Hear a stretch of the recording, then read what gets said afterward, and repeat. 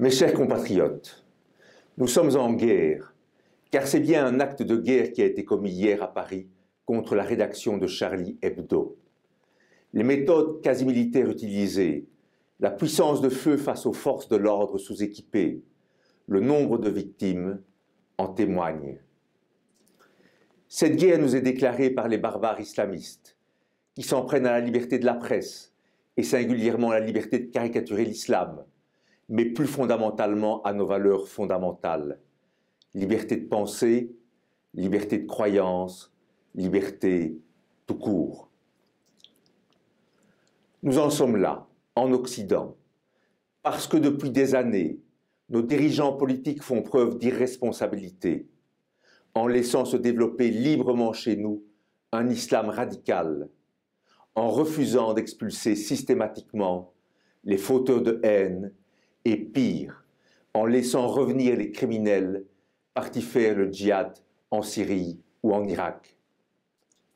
Seules des mesures fortes, telles la déchéance de nationalité et le non-retour des djihadistes, sont en mesure de réduire le risque terroriste. Le Parti populaire a déposé une proposition de loi en ce sens. Qu'attend donc ce gouvernement pour mettre en œuvre de telles mesures salutaires? Combien de drames comme ceux d'hier, Charlie Hebdo, faudra-t-il encore? Soyons clairs, le PP n'entend pratiquer aucun amalgame et salue le courage de l'imam de Drancy, M. Chalgoumi, qui appelle à des mesures aussi fortes que celles que nous préconisons. Il est courageux.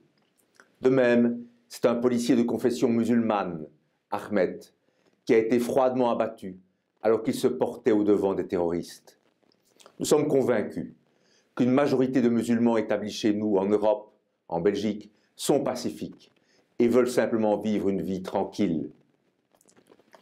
Mais une minorité trop importante et d'allure croissante est sensible malheureusement au discours radical et est prête à passer à l'acte. Comme toujours dans l'histoire, ce sont ces minorités qui comptent et font justement l'histoire, pas les majorités silencieuses et passives. Nos concitoyens musulmans doivent donc également se mobiliser. C'est au sein de leur communauté que se développe cette tumeur islamiste. Comme l'hitlérisme s'est enraciné sur le terreau historique du nationalisme allemand, de l'âme allemande pan-germanique, l'islamisme est aussi le rejeton de l'islam. La tuerie d'hier a d'ailleurs été saluée et fêtée par nombre de musulmans, depuis les camps palestiniens jusqu'au Londonistan. 40% des messages postés sur Facebook, ne l'oublions pas, en arabe, depuis la Belgique, soutiennent l'État islamique. Nous ne lamenterons pas dans une posture victimaire, comme d'autres, mais nous préconisons des mesures fortes. Expulsion systématique des fauteurs de haine et autres islamistes. Non-retour des djihadistes par retrait de nationalité. Création d'une garde civique volontaire et encadrée en vue d'épauler nos forces de sécurité. Au regard des temps difficiles qui nous attendent, ces mesures de prévention et d'organisation sont indispensables en vue de préserver la paix civile. Mes chers concitoyens, je suis effaré par la naïveté de nos dirigeants qui croient que des assistants sociaux peuvent combattre l'endoctrinement fanatique. L'histoire des assassins présumés de Charlie Hebdo vient nous démontrer tout le contraire. Le djihadisme est profondément enraciné dans leur tête, dans leur esprit.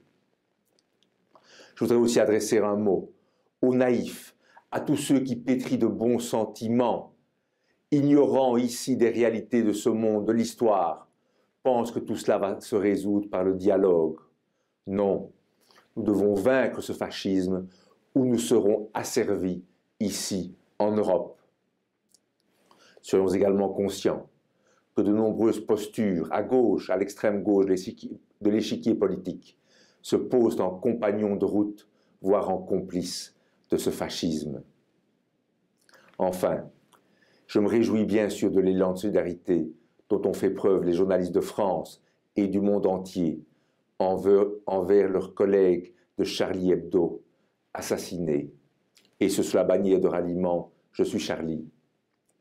Mais ce sont trop souvent les mêmes qui, défendant la liberté d'opinion aujourd'hui, s'autocensurent pourtant dès lors qu'ils relatent des faits qui touchent à l'islam ou encore veulent priver d'antenne un polémiste comme Éric Zemmour. Messieurs, la liberté ne se divise pas.